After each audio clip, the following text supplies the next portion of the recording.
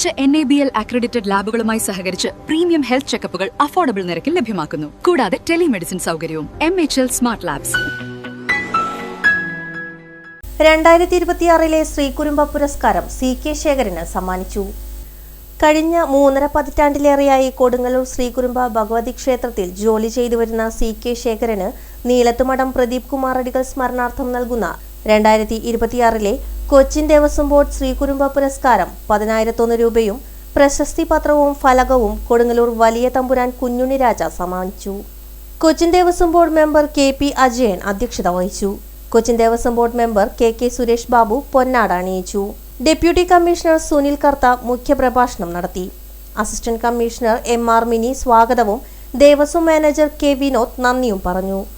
Kodungallur station house officer BK Arun, Raveendranathan Adikal, ഉപദേശക സമിതി secretary V Santhosh, president KK Bharathan, OK യോഗം secretary KG Sasidharan, UT Premnath എന്നിവർ പങ്കെടുത്തു.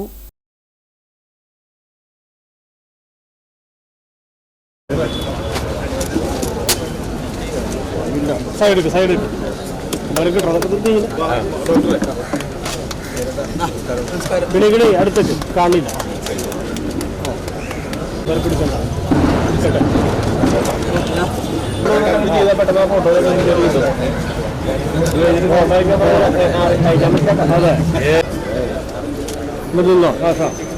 ഓക്കെ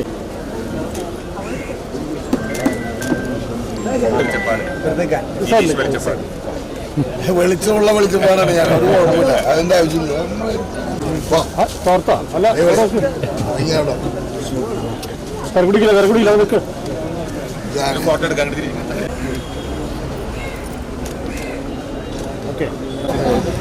എല്ലാവരും ഉണ്ടല്ലേ?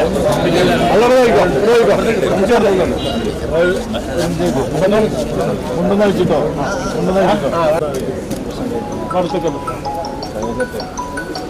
കുരുംബ ഭഗവതി ക്ഷേത്രത്തിലെ താലപ്പൊലി ഉത്സവം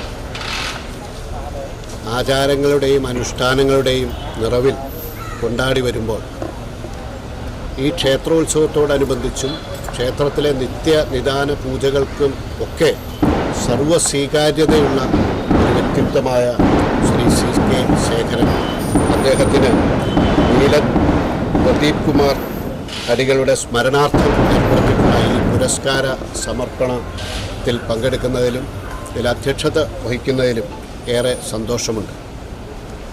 വിഖ്യാതമായ കൊടുങ്ങല്ലൂർ താലപ്പൊലി മഹോത്സവം ഏറ്റവും അധികം ജനങ്ങൾ പവിത്രതയോടെ കൂടി കാണുകയും ഈ ക്ഷേത്രത്തിലേക്ക് വിവിധ പ്രദേശങ്ങളിൽ നിന്ന് വ്രതാനുഷ്ഠാനത്തോടു കൂടി എത്തുന്ന ഭക്തജനങ്ങൾ ഇവരുടെ സമ്മേളന ഭൂമിയായി ക്ഷേത്രസങ്കേതം ഭക്തിസാന്ദ്രമായി മാറുന്ന ദിനങ്ങളാണ് ഇനി വരാൻ പോകുന്നത്, ഇന്നലെ മുതൽ തുടങ്ങിയിട്ടുള്ളത്. ഈ ഉത്സവ വേദിയിൽ അമ്മയുടെ അനുഗ്രഹത്തിന് പാത്രീഭൂതരാകുന്നതിന് വേണ്ടി എത്തുന്ന ആയിരക്കണക്കിന് ഭക്തജനങ്ങൾ ഭക്തി ഒരു വലിയ വികാരമായി മാറുന്ന ഒരു ക്ഷേത്രാങ്കണമാണ് കൊടുങ്ങല്ലൂർ ഭഗവതി ക്ഷേത്രം. ഇതര ക്ഷേത്ര സന്നിധികളിൽ നിന്ന് വ്യത്യസ്തമായി ഇവിടെ വരുന്ന ഭരണി നാളുകളിലുമൊക്കെ കൊച്ചിൻ ദേവസ്വം ബോർഡിൻ്റെ ഭരണാധികാരി എന്നുള്ള നിലയിൽ ഇവിടെ വന്നപ്പോൾ കഴിഞ്ഞ ഭരണിയിലാണ് ആദ്യമായി ഈ ക്ഷേത്രത്തിലെ ആ ഒരു മഹോത്സവത്തിന് പങ്കാളിയാകാൻ കഴിഞ്ഞത്. ആ സമയത്തെല്ലാം കാണുന്നത് ഭക്തിയുടെ ഒരു തീവ്രമായ വൈകാരികമായ പ്രകടനം ഇവിടെ വരുന്ന ഭക്തജനങ്ങൾക്കുണ്ട്.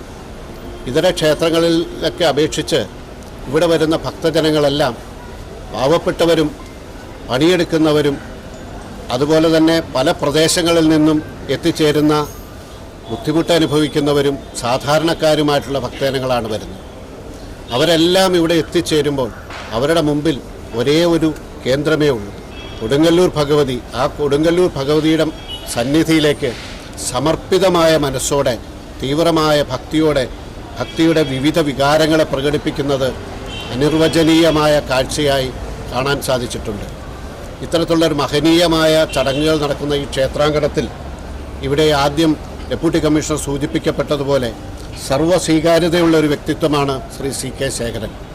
അദ്ദേഹത്തെ സംബന്ധിച്ചിടത്തോളം ഈ ക്ഷേത്രം അദ്ദേഹത്തിൻ്റെ സമർപ്പിതമായ ജീവിതത്തിൻ്റെ ഒരു ഭാഗം കൂടിയാണ്.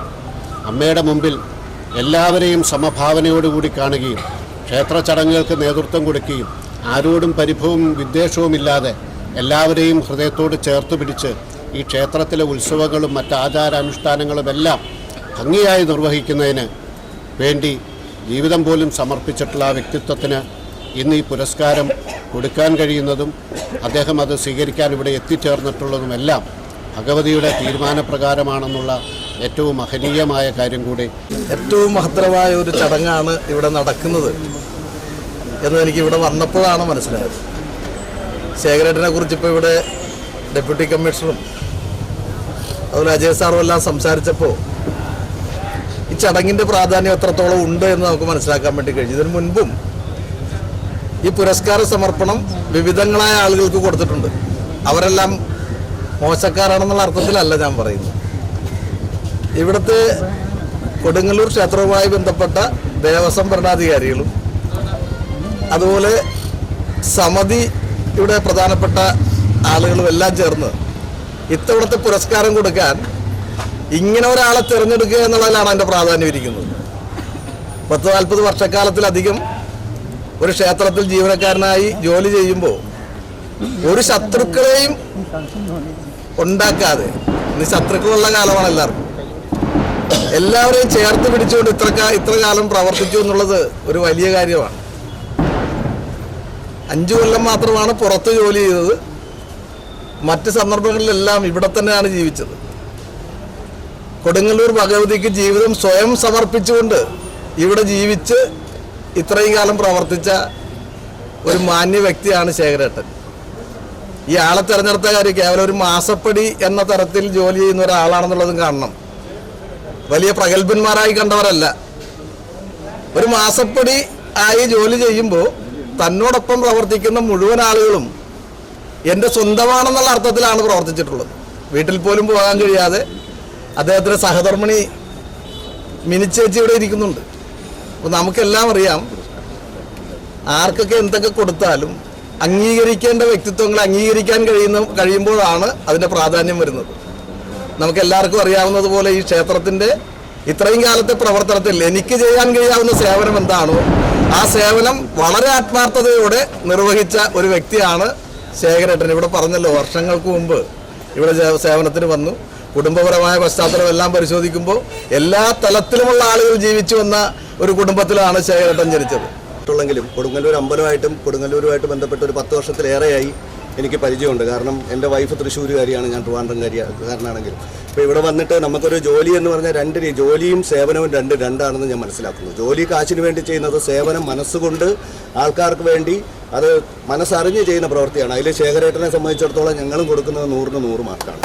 കാരണം കൊടുങ്ങല്ലൂർ അമ്പലമായിട്ട് ബന്ധപ്പെട്ടിട്ടായിരിക്കും നമുക്ക് പലപ്പോഴും കോൾ വരികയാണെങ്കിൽ നമ്മൾ വിനോദേട്ടനെ വിളിക്കും. അതുപോലെ തന്നെ ശേഖരേട്ടനോടാണ് ഓരോ ചടങ്ങുകൾ ഇതെങ്ങനെയാണ് തെറ്റുകൂടാതെ നടത്താൻ സാധിക്കുക, അതിനെങ്ങനെയാണ് പൊതുജനങ്ങളോട് നമുക്ക് ഏതൊക്കെ രീതിയിൽ മാർഗനിർദ്ദേശം ചോദിക്കാനും എല്ലാം പറ്റുന്ന അറിവുള്ള വ്യക്തി തന്നെയാണ് അദ്ദേഹം. അതുകൊണ്ട് തന്നെ ഞങ്ങളെ സംബന്ധിച്ചിടത്തോളം ഞങ്ങളുടെ ജോലിയിലും അത് വളരെയധികം ചെയ്തിട്ടുണ്ട്, സഹായകരമായിട്ടുണ്ട്. ഒരു ഗുരു ചോദിക്കുന്ന ശിഷ്യന്മാരോട് ചോദിച്ച ഒരു ചോദ്യമുണ്ട്, ഈ ഭൂമിയിൽ നിന്ന് എന്തെടുത്ത് മാറ്റിയാലാണ് ഇത് മനോഹരമല്ലാതാകുന്നത്?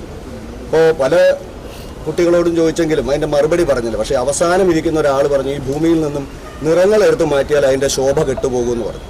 അപ്പോൾ അതുകൊണ്ട് ഇവിടെ അദ്ദേഹത്തെ സംബന്ധിച്ചിടത്തോളം വാക്കുകളിൽ നിറമുണ്ട്, പ്രവൃത്തിയിൽ നിറമുണ്ട്, അദ്ദേഹം ചെയ്യുന്ന സേവനത്തിൽ നിറമുണ്ട്, പൊതുജനങ്ങളോടുള്ള പ്രവർത്തനത്തിലും ആ നിറമുണ്ട്. ആ നിറം എല്ലാ തരത്തിലും കാത്തു സൂക്ഷിക്കാനായിട്ട് അദ്ദേഹത്തിന് സാധിക്കട്ടെ.